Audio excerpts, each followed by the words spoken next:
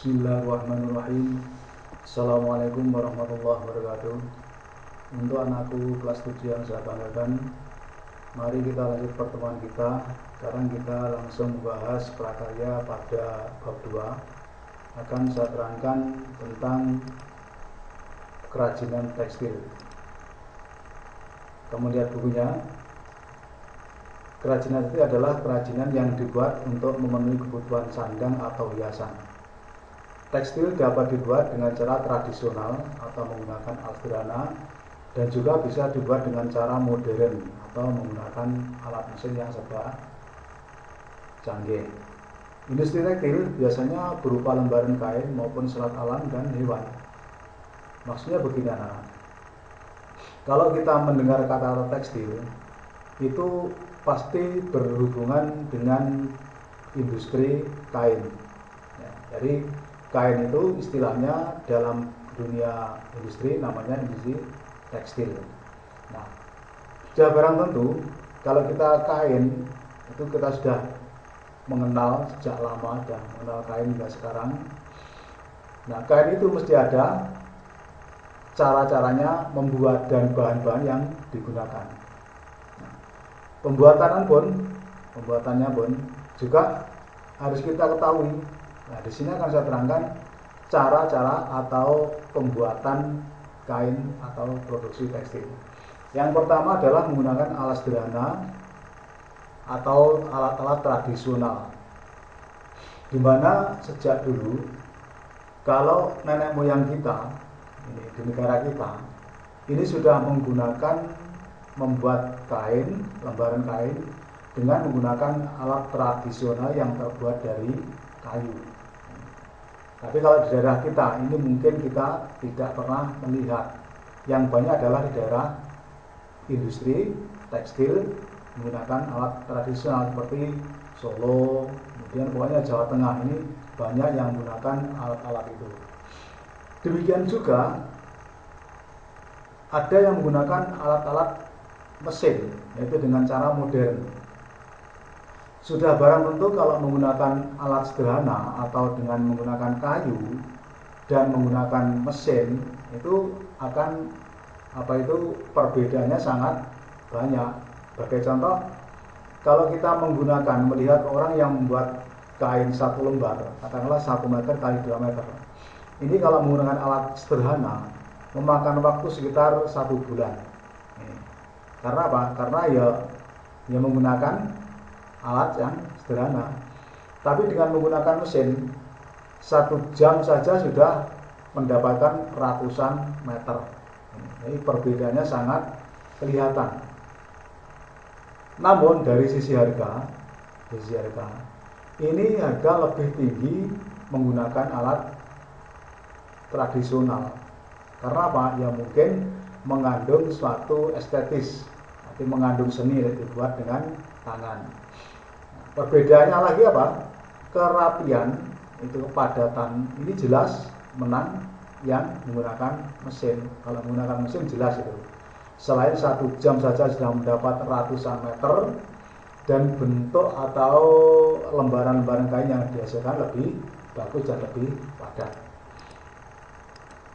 Ini adalah salah satu contoh alat yang menggunakan tradisional. Jadi bakalnya saka kayu, kemudian benangnya ditata demikian rapi, kemudian dianyam satu persatu. Kalau kita nganyam bambu cepat 1 hari dapat bermeter-meter, tapi kalau menggunakan yang kita anyam kain ini kurang lebih 1 bulan baru dapat 1 lembar. Ini kemudian alat yang menggunakan alat-alat tradisional. Kamu bisa melihat tadi perbedaannya. Kalau ini jelas, ini sudah jelas. Setiap mesin sudah menggunakan atau mencetak sendiri-sendiri. Nah, kemudian fungsi kerajinan tekstil. Fungsi dari kerajinan tekstil pertama adalah sebagai dekorasi atau hiasan. Produk seni kriya banyak diciptakan untuk fungsi sebagai benda-benda pajangan atau hiasan rumah maupun di tempat lain. Karena apa? Kerajinan tekstil memiliki nilai estetis. Contohnya untuk taplak meja, bunga, vas bunga ya, kemudian spray, hiasan dinding, kemudian dan banyak lagi. Jadi yang jelas fungsi dari tekstil yang pertama adalah digunakan sebagai dekorasi. Ini contohnya. Ini adalah hasil dari kerajinan tekstil. Kemudian yang B sebagai pelindung. Ini jelas otomatis siapapun akan menggunakan produksi tekstil, termasuk kita ini. Selain sebagai alat dekorasi, ternyata tekstil berfungsi untuk menghias dan sekaligus pelindung badan atau benda produk. Contoh baju yang kita pakai sehari-hari, selain untuk menutup aurat, juga melindungi dari sinar matahari.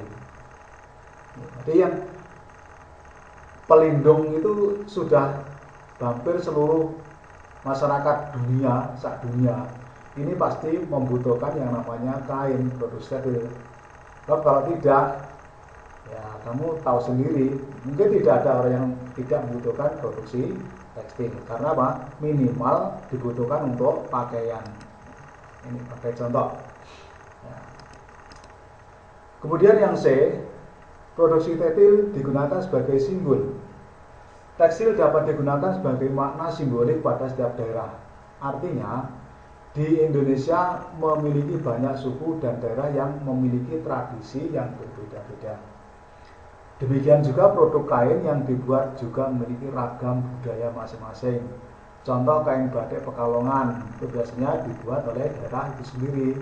Jadi setiap daerah ini biasanya menampilkan atau memproduksi kain atau tekstil dengan simbol-simbol ke daerahnya masing-masing. Makanya banyak sekali motif-motif yang kita kenal di dalam dunia tekstil. Sebagai contoh ini, nah ini gambar lembaran jarik. Ya, ada jarik model kawung, ada motif barong. Kemudian yang digunakan untuk sebagai ikat kepala atau udeng. Nah, ini semuanya menggunakan tekstil dan ini menandakan sebagai simbol suatu daerah. Saya rasa untuk pertemuan kita akhiri dulu sekian. Saya akhiri. Assalamualaikum warahmatullahi wabarakatuh.